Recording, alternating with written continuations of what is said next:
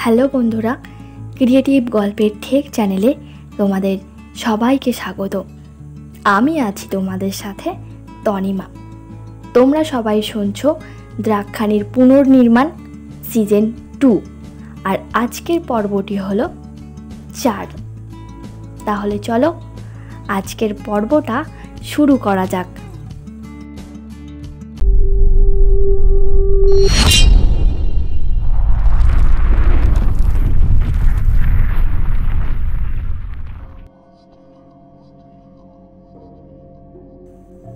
এক দীর্ঘকায় পুরুষ এগিয়ে যাচ্ছে পদব্রজের দুর্গম রাস্তা ধরে। তার ললাটে মাখা হরিদ্রা কুমকুম, শরীর এই ভীষণ হিমেল হাওয়ায় ও শুধু রেশম বস্ত্রে ঢাকা। নিম্নাঙ্গে লাল রঙের রেশমের ধুতি, গলায় রুদ্রাক্ষমালা আর হাতে স্বর্ণখচিত বালা, পায়ে খড়ম। মাথার কেশরাশি দীর্ঘ হতে হতে জটারাশিতে পরিণত হয়েছে। গাল ঢেকে গেছে সশস্ত্রুতে। দুই চোখে অকাল বৈরাগ্য সৃষ্টি হয়েছে। বরফে ঢাকা পাহাড়ের ঢালে দ্বাদশ জ্যোতির্লিঙ্গের অন্যতম শ্রী কেদারনাথ। শাস্ত্র বলে হিমালয়ের সর্বশ্রেষ্ঠ তীর্থক্ষেত্র কেদারনাথের মাটি চন্দন সমান। পুরাণ, জনশ্রুতি এবং তীর্থযাত্রীদের নানা অভিজ্ঞতা সব মিলিয়ে এই দুর্গম কেদারনাথের মন্দির চির রহস্যে ঘেরা। সেই কেদারনাথ দর্শনে আর বেশি বিলম্ব নেই দ্রাক্ষরাজ ইন্দ্রাশিসের।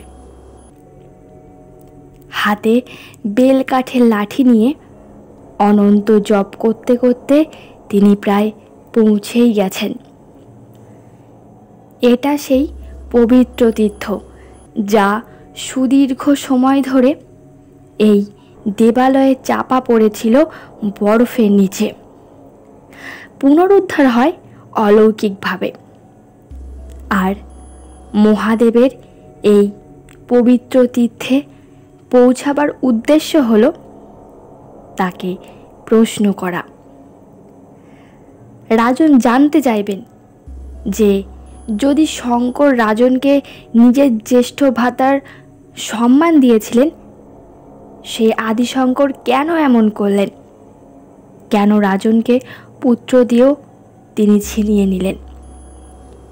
কেন রুরু হারিয়ে গেল? তাকে সমস্ত রাজশক্তি দিয়েও কেন রক্ষা করতে পারেনি তার পিতা ইন্দ্রাশিস? তাকে কি পৃথিবী নিয়ে গেল? জন্মেঞ্জয়, হ্যাঁ, জন্মেঞ্জয়। রাজন ইন্দ্রাশিসের কাছে আদিশঙ্কর মহাদেব তো জন্মেঞ্জয়ই, পরম স্নেহের পাত্র।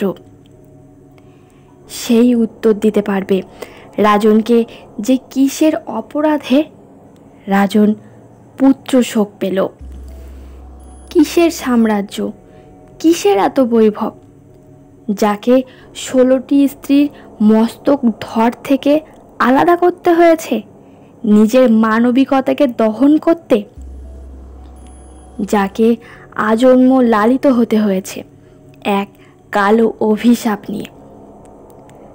সেই রাজন তো অষ্টসিদ্ধি সাধক হয়েছিল শুধু দেবী দ্রাক্ষানির পুনর্প্রতিষ্ঠার জন্য। সেই দেবী কি অন্ধ? সে কেন রাজনকে পথ দেখালো না? আর উর্মি, সেই বা কেমন মা? সে তো 64 যোগিনীর একজনের নারী জন্ম। তবে কেন সে এতটা অবিবেচক হয়ে পড়ল?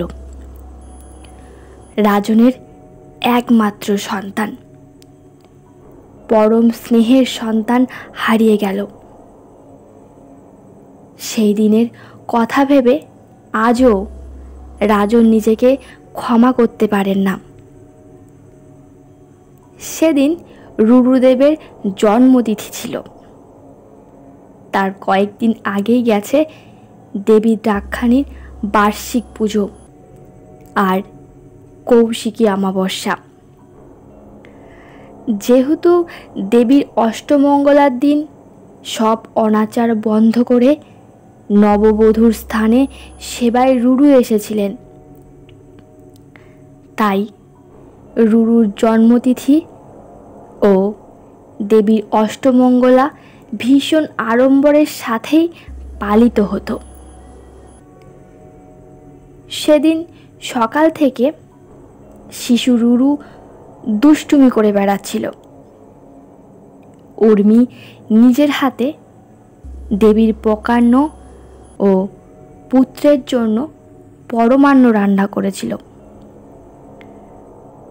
রাজন ইন্দ্রাশিস ব্যস্ত ছিলেন প্রজাদের অন্নকূট অনুষ্ঠান দেখতে আর দান ছত্র করতে। রাজন পুত্র তথা ভবিষ্যৎ রাজা রুরুর জন্মদিন উপলক্ষে স্বর্ণমুদ্রা ও বস্ত্রদান করছিল প্রজাদের মধ্যে।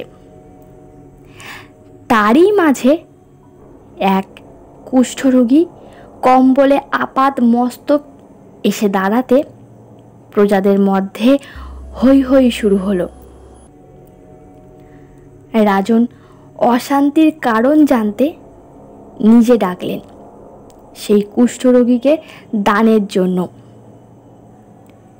সেই রোগী এসে হাজির হতে তার মুখ দেখেই রাজন তাকে চিনতে পারলেন। এ তো চণ্ডাল কন্যা বিহঙ্গী। রাজনের পিতার সাথে এর বিশেষ সম্পর্কের কথা রাজন ইন্দ্রাশিসের অজানা নয়। এর এমন অবস্থা দেখে রাজন চণ্ডাল কন্যার জন্য দ্বিগুণ দান বরাদ্দ করতে চাইলেন, কিন্তু বিহঙ্গী সেটি নিতে অস্বীকার করল। রাজন কারণ জানতে চাইলে সে বলল, আপনার পিতার জারজ পুত্র চণ্ড আমার গর্ভে জন্মগ্রহণ করেছে। তাকে আপনার পিতার আপনার হাতে আচমকা মৃত্যু হয় আর স্বীকৃতি মেলা সম্ভব হয়নি। ইচ্ছে করেই হয়তো বিহঙ্গী রাজনের পুরনো ক্ষতকে টাটকা করেছিল, কারণ রাজনের পিতার মৃত্যু হয়েছিল তারই সন্তান ইন্দ্রাশিসের হাতে।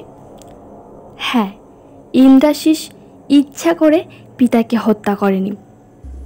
এক দন্তের মায়ার মোষ বলি দেওয়ার সময় পিতা সেখানে এসে পৌঁছে যান, আর ইন্দ্রাশিসের ধারালো বগি ওনার ওপরে গিয়ে পড়তে তিনি মৃত্যু মুখে পতিত হন। চণ্ডাল কন্যার কথা শুনে রাজন ইন্দ্রাশিস বিনম্রভাবে বলে, আপনি কি চান বলুন। বিহঙ্গী হাতের ইশারা করে। এক বিশালাকার পুরুষ এগিয়ে আসে প্রজাদের ভিড় ঠেলে। তাকে চেনে না রাজন। বিহঙ্গী বলে, আমার পুত্র চণ্ড মৃতদেহের অন্ত্যেষ্টির কাজ করে, কিন্তু হে রাজন, তার শরীরে তো আপনার মতোই রাজরক্ত বইছে, তবে কেন সে স্বীকৃতি পাবে না?